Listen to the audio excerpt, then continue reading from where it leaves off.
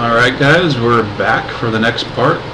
As you can see, I have reversed the colors. Everything that was white is now black, and everything that was black is now white. And we will do the same with this one.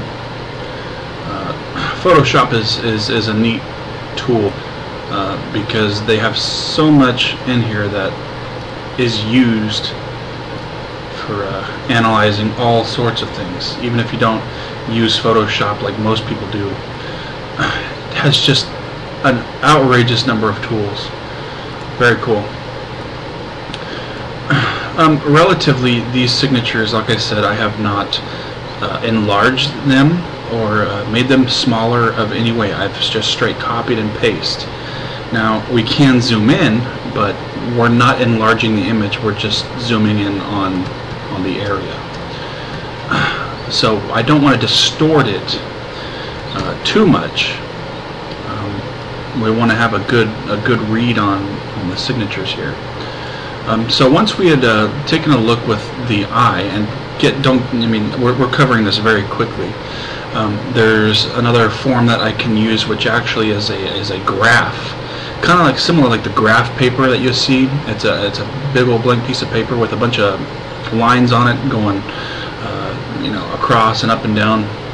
That's graph paper, and there is a method that you can place signatures onto the graph paper. And when I had first learned how to do this, well, we used a point system, and you would go off of this point system, and the points were counted for flaws, what you would consider to be a flaw after comparing several of the same person's signature.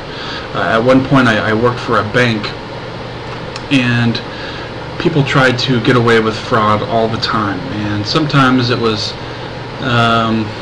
sometimes people would have been guilty of fraud, but sometimes they got away with it. So anyhow, there's just a lot of systems that you can use.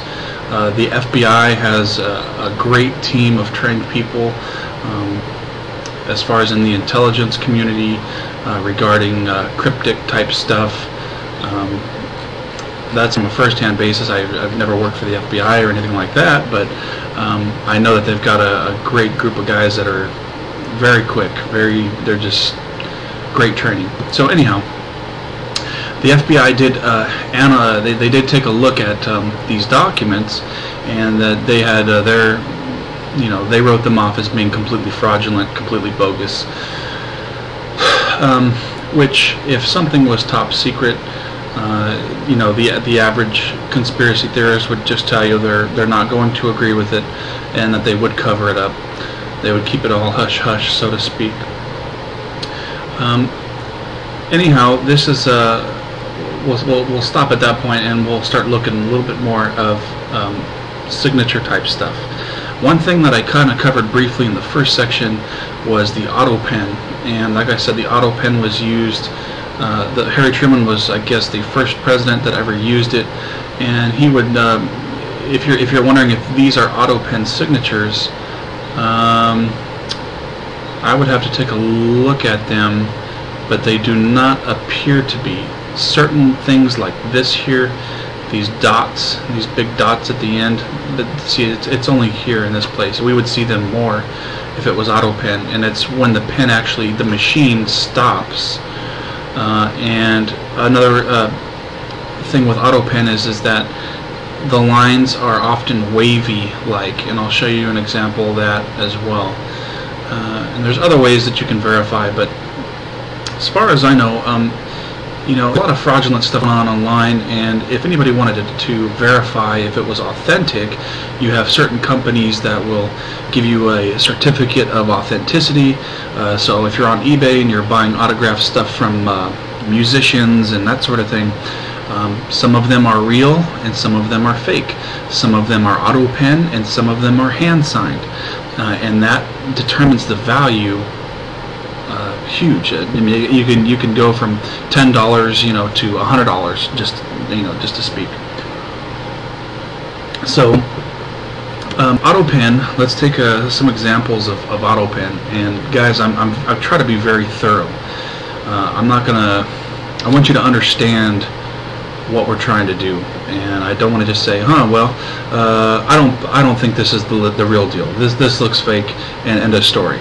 One, that would take 2 seconds. There would be no show at all, and you would be wondering, well, how did I come to this conclusion? So I will be nice enough to explain to you some of the things that we look for, and I'll go open up got some signed under the signatures here. So we've got Joe Montana, John Mayer, Wayne Gretzky. All of these I found online, so I'm not claiming I own any of these. And let's take a look at this one here. John Mayer is a great guitar player, in my opinion. I'm a guitar player myself, so let's take a look at this.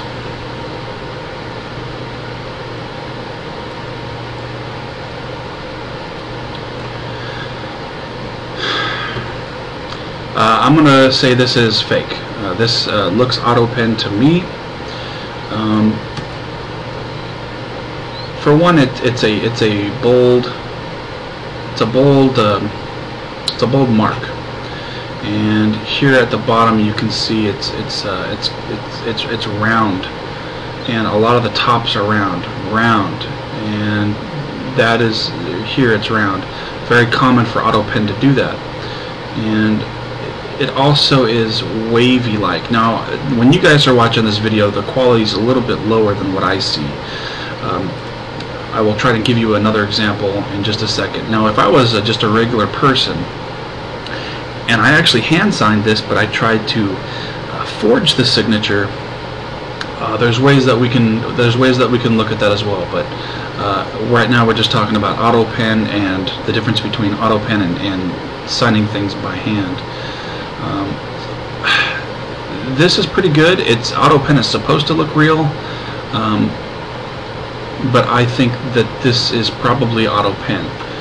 Another thing that you want to look for is if it's personalized.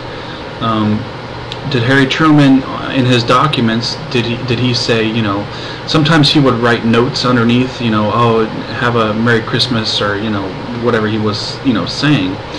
And usually when you have something personalized like that, it's the real deal.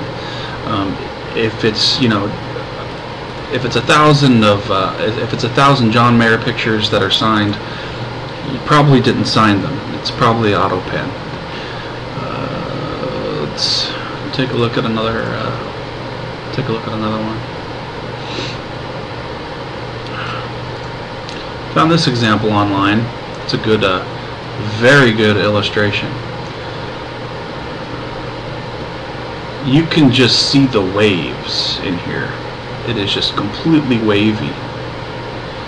That is classic auto pen.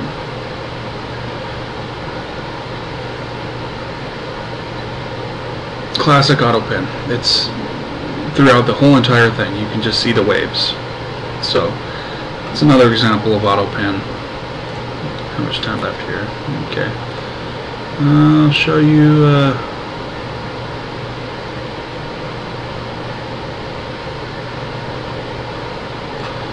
Well, let's see if we can get this Joe Montana thing here. Just classic auto pen. Unless you were some guy that was trying to forge this really bad, you can just see the waves in this. Now, obviously, when people get older, their hands may shake, and I understand that, but to me, this looks like auto pen. This looks pretty smooth. It looks actually a lot better than this is. If you were to separate this, I might say half of it is real and half of it is fake. Again, I can't. I'm not. You know, I can just give you my opinion. This looks fake to me. It looks fake. Either someone tried to forge this and they were trying to go really slow and they caused the lines. But normally when you sign your signature, you can sign it so fast and it's muscle memory. You don't even have to think about it. And there's no little squiggly lines unless you intended it to be squiggly lines. So, anyhow, guys, we got to take a break, and I will be right back.